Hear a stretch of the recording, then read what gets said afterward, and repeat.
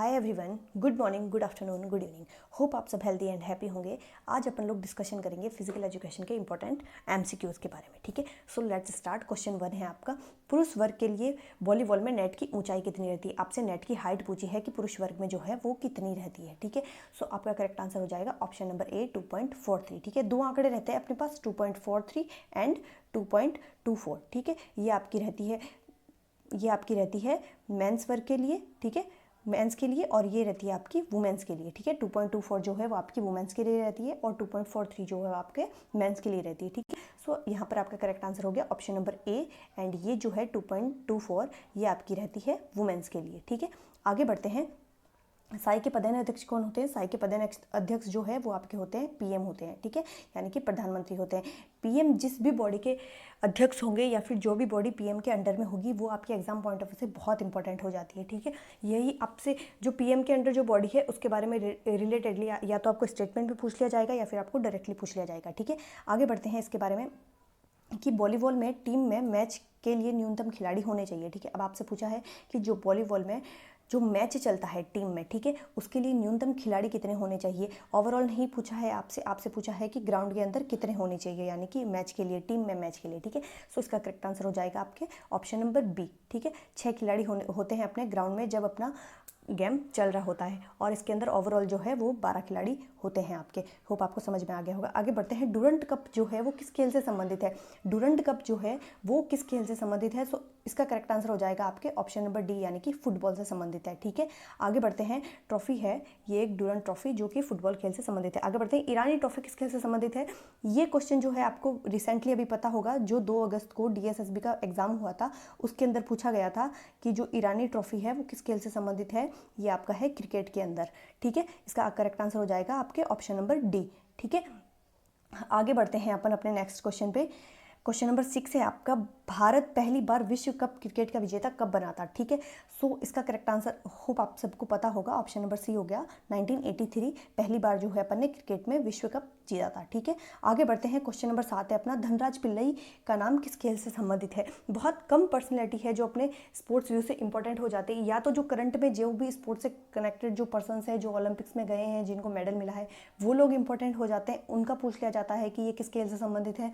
या फिर जो भी इंपॉर्टेंट गेम्स है जिनके बारे में फ्रिक्वेंटली क्वेश्चंस आते रहते हैं, उनके अंदर पहली बार ध्यानचंद, द्रोणाचार्य, राजीव गांधी, अर्जुन अवार्ड ये किसे मिले, वो पर्सनैलिटी बहुत इंपॉर्टेंट हो जाती है। ठीक है, सो धनराज पिल्लई जो है इन्हें पहली बार जो है राजीव गांधी अवार्ड मिला था, और ये कौन से खेल से संबंधित है, हॉकी से संबंधित है, यानी कि हॉकी में सबसे पहले जो है राजीव गांधी खेल रत्न अवार्ड धनराज पिल्लई को मिला था। ठीक है, और हॉकी आप लोगों को पता होगा कि अपने लिए बहुत इंपॉर्टेंट हो जाता है कि अपने जो इसका जो हिस्ट्री रही है उसके अंदर ओलंपिक्स में अपने बहुत सारे मेडल रहे हैं हॉकी में। ठीक है, सो आगे बढ़ते हैं अपन।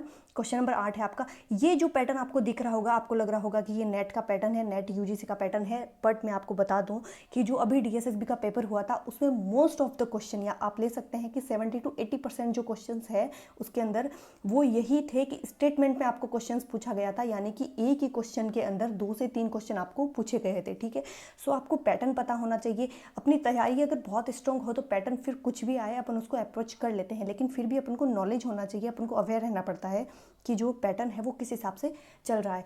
सो आपको बता दो कि डीएसएसबी में सेम यही पैटर्न आपको बहुत सारे क्वेश्चंस में फॉलो अप करता हुआ मिलेगा कि एक ही क्वेश्चन के अंदर आपको बहुत सारे क्वेश्चंस पूछ लिए गए, और मोस्ट ऑफ द क्वेश्चन आपको स्टेटमेंट के थ्रू पूछे गए थे। फर्स्ट, सेकंड, थर्ड और फोर्थ स्टेटमेंट आपको दे दिया और पूछा गया कि इनमें से कितने स्टेटमेंट करेक्ट है या फिर कितने गलत है। ठीक है, ये अप्रोच आपको अब अपने क्वेश्चन में आंसर जो आप क्वेश्चन पेपर सॉल्व करते हैं उनके अंदर रखनी पड़ेगी। ठीक है, सो पैटर्न चेंज हो रहा है, इसके बारे में आपको अवेयर रहना पड़ेगा। इसका करेक्ट आंसर बताना है आपको कि पृथ्वीपाल सिंह, धनराज पिल्लई के बारे में अपन ने पढ़ा कि सबसे पहले इन्हें राजीव गांधी खेल रत्न अवार्ड मिला था। सो ये इन्फॉर्मेशन आपके पास है, तो अपना ऑप्शन नंबर 1 जो है वो एलिमिनेट हो जाता है। उसके बाद आपके पास बचते हैं 3 ऑप्शन बचते हैं, और उसमें से आपका करेक्ट आंसर है इसके अंदर ऑप्शन नंबर सी। ठीक है, जो पृथ्वीपाल सिंह है उन्हें सबसे पहले अर्जुन अवार्ड मिला था, और जो गुरुदयाल सिंह हैं उन्हें सबसे पहले द्रोणाचार्य अवार्ड मिला था, और जो अशोक दीवान है उन्हें सबसे पहले ध्यानचंद अवार्ड मिला था, और जो धनराज पिल्लई है उन्हें सबसे पहले राजीव गांधी अवार्ड मिला था। ठीक है, होप आपको समझ में आ गया होगा कि इसका correct answer option number C है। ठीक है, पैटर्न बदल रहा है, इसके बारे में अवेयर रहना थोड़ा अपना भी कर्तव्य बनता है, ठीक है। आगे आपका क्वेश्चन नंबर 9 है कि आपको पूछा है खो खो मैदान की लंबाई और चौड़ाई पुरुष वर्ग में कितनी होती है। पुरुष वर्ग में पूछा है आपसे कि खो खो मैदान की जो लंबाई और चौड़ाई है। खो खो और कबड्डी के बारे में भी काफ़ी बार क्वेश्चन पूछ लिए जाते हैं क्योंकि ये अपने इंडियन गेम्स है, ठीक है। सो खो खो मैदान की लंबाई और चौड़ाई बतानी है आपको पुरुष वर्ग में, ठीक है। सो इसका करेक्ट आंसर हो जाएगा आपके ये 27 × 16 होता है, ठीक है। सो ये तो हो गया आपका correct answer option number B, यानी कि ये होती है मेंस की। अब आपको बताना है कि वुमेन्स की कितनी होती है। वुमेन्स की आप मुझे कमेंट सेक्शन में बताएंगे कि वुमेन्स की जो होती है खो खो मैदान की लंबाई और चौड़ाई कितनी होती है, ठीक है। आप मुझे कमेंट सेक्शन में बताइएगा, जिन्हें नहीं आता उन्हें भी पता चलेगा और आप भी अपना सेल्फ जो है देख सकते हैं कि आपको कितने क्वेश्चंस आते हैं, ठीक है। आगे बढ़ते हैं। अंतर्राष्ट्रीय हॉकी महासंघ का गठन कब हुआ था। हॉकी अपने लिए मैंने आपको पहले ही बताया कि बहुत इंपॉर्टेंट हो जाता है। सो आपको बताना है कि हॉकी महासंघ का अंतर्राष्ट्रीय हॉकी महासंघ का गठन कब हुआ था, ठीक है। सो इसका करेक्ट आंसर है आपके ऑप्शन नंबर सी, 1924 में जो है वो अंतर्राष्ट्रीय हॉकी महासंघ का गठन हुआ था। आगे बढ़ते हैं नेक्स्ट क्वेश्चन पे। एसएच, अब मैं बता दूं आपको कि अंतर्राष्ट्रीय हॉकी महासंघ का गठन तो 1924 में हुआ था और जो अपना इंडियन हॉकी महासंघ है ना, इंडियन हॉकी महासंघ, उसका गठन हुआ था अपने 1925 में, यानी कि रेगुलरली हुआ है। ये इंटरनेशनल हो गया आपके और ये नेशनल हो गया, ठीक है। सो ये आप ध्यान रख सकते हैं कि ऑप्शन नंबर सी जो है अंतर्राष्ट्रीय हॉकी का हो गया 1924 और 1925 जो है वो नेशनल हॉकी महासंघ का गठन हो गया, ठीक है। आगे बढ़ते हैं अपन। अपना क्वेश्चन है 11वां, एसेज शब्द किस खेल से संबंधित है। अब आपसे टर्म्स जो है बहुत बार पूछी जाती है कि ये जो टर्म है वो किस खेल से संबंधित है। सो एसेज के बारे में आपसे पूछा है कि ये किस खेल से संबंधित है। ये है अपने क्रिकेट से संबंधित, ठीक है।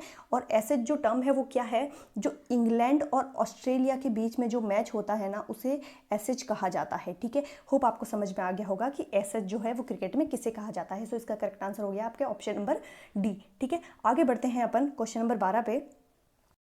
क्वेश्चन नंबर 12 है अपना, आपको बताना है कि थॉमस कप जो है वो किस खेल से संबंधित है। अब आपको फर्स्टली तो ये बताना होगा कि ये किस खेल से संबंधित है और देन आपको बताना होगा कि ये मेंस का है या फिर वुमेन्स का है, ठीक है।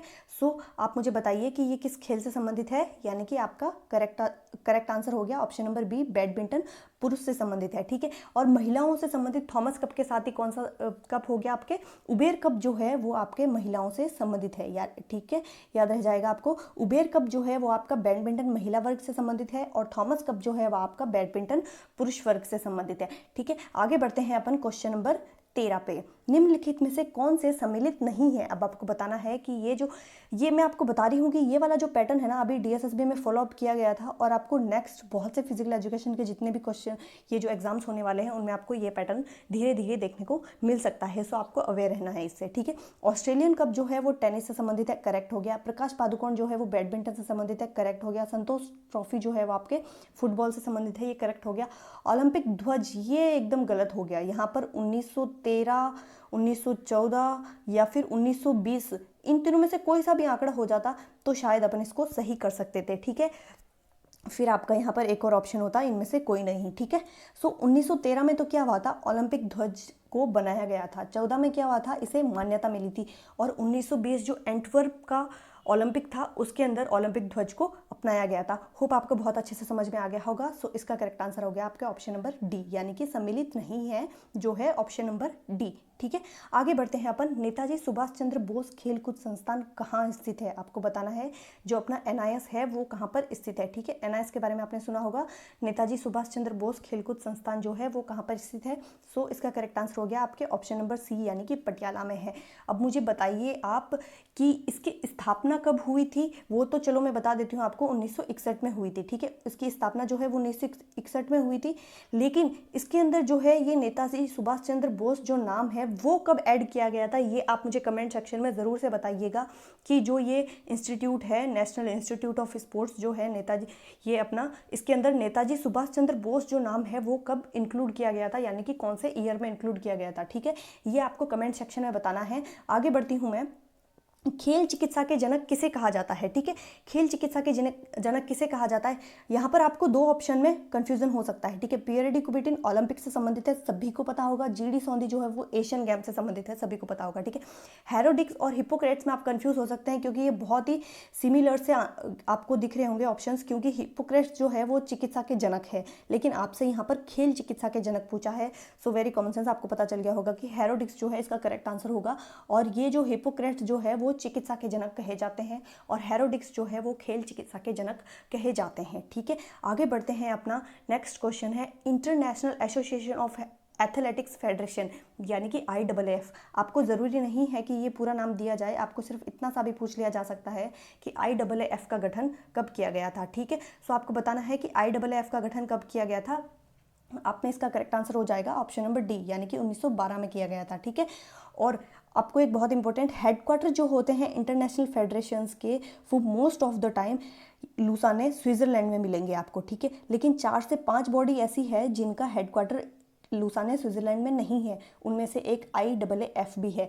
इसका हेडक्वार्टर कहाँ पर है? मोंटे कार्लो स्विट्जरलैंड में है। मोंटे कार्लो मोनाको में जो है इसका हेडक्वार्टर है। ठीक है, सो 1912 में ऑप्शन नंबर डी इसका करेक्ट आंसर हो गया। और हेडक्वार्टर जो है वो कहाँ पर है इसका? मोंटे कार्लो मोनाको में जो है इसका हेडक्वार्टर है। ठीक है, होप आपको अच्छे से समझ में आ गया होगा कि आपको हेडक्वार्टर्स जो है वो किस हिसाब से याद करने हैं। ठीक है, आगे बढ़ते हैं अपन क्वेश्चन नंबर 17 पे।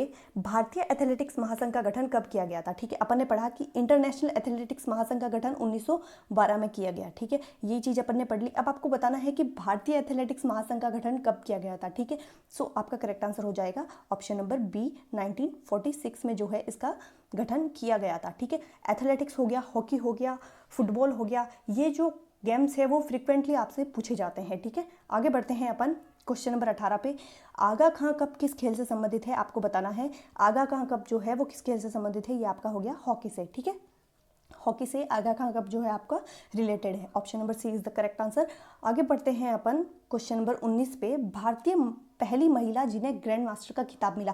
अब आप फर्स्टली कंफ्यूजन तो कहीं बार यही क्रिएट हो जाता है कि ग्रैंड मास्टर और ग्रैंड स्लैम जो है वो कौन से खेलों से संबंधित है। ग्रैंड मास्टर जो है, मैं आपको बता दूं कि ग्रैंड मास्टर जो है वो आपका शतरंज से संबंधित है। ठीक है, ग्रैंड मास्टर जो है वो आपका शतरंज से संबंधित है, लेकिन जो ग्रैंड स्लैम है वो आपका टेनिस से संबंधित है। ठीक है, जो आपका ग्रैंड स्लैम होता है वो आपका जो है टेनिस से संबंधित है। ठीक है, होप आपको समझ में आ गया ग्रैंड स्लैम और ग्रैंड मास्टर के बीच का कंफ्यूजन। ठीक है, भारतीय पहली महिला जिन्हें ग्रैंड मास्टर का खिताब मिला था, यानी कि ग्रैंड मास्टर का खिताब पूछा है आपसे, यानी कि शतरंज का। ठीक है, सो ये आपका करेक्ट आंसर हो गया ऑप्शन नंबर ए, विजय लक्ष्मी पंडित। ठीक है, कर्णम मल्लेश्वरी जो है वो आपके किससे संबंधित है?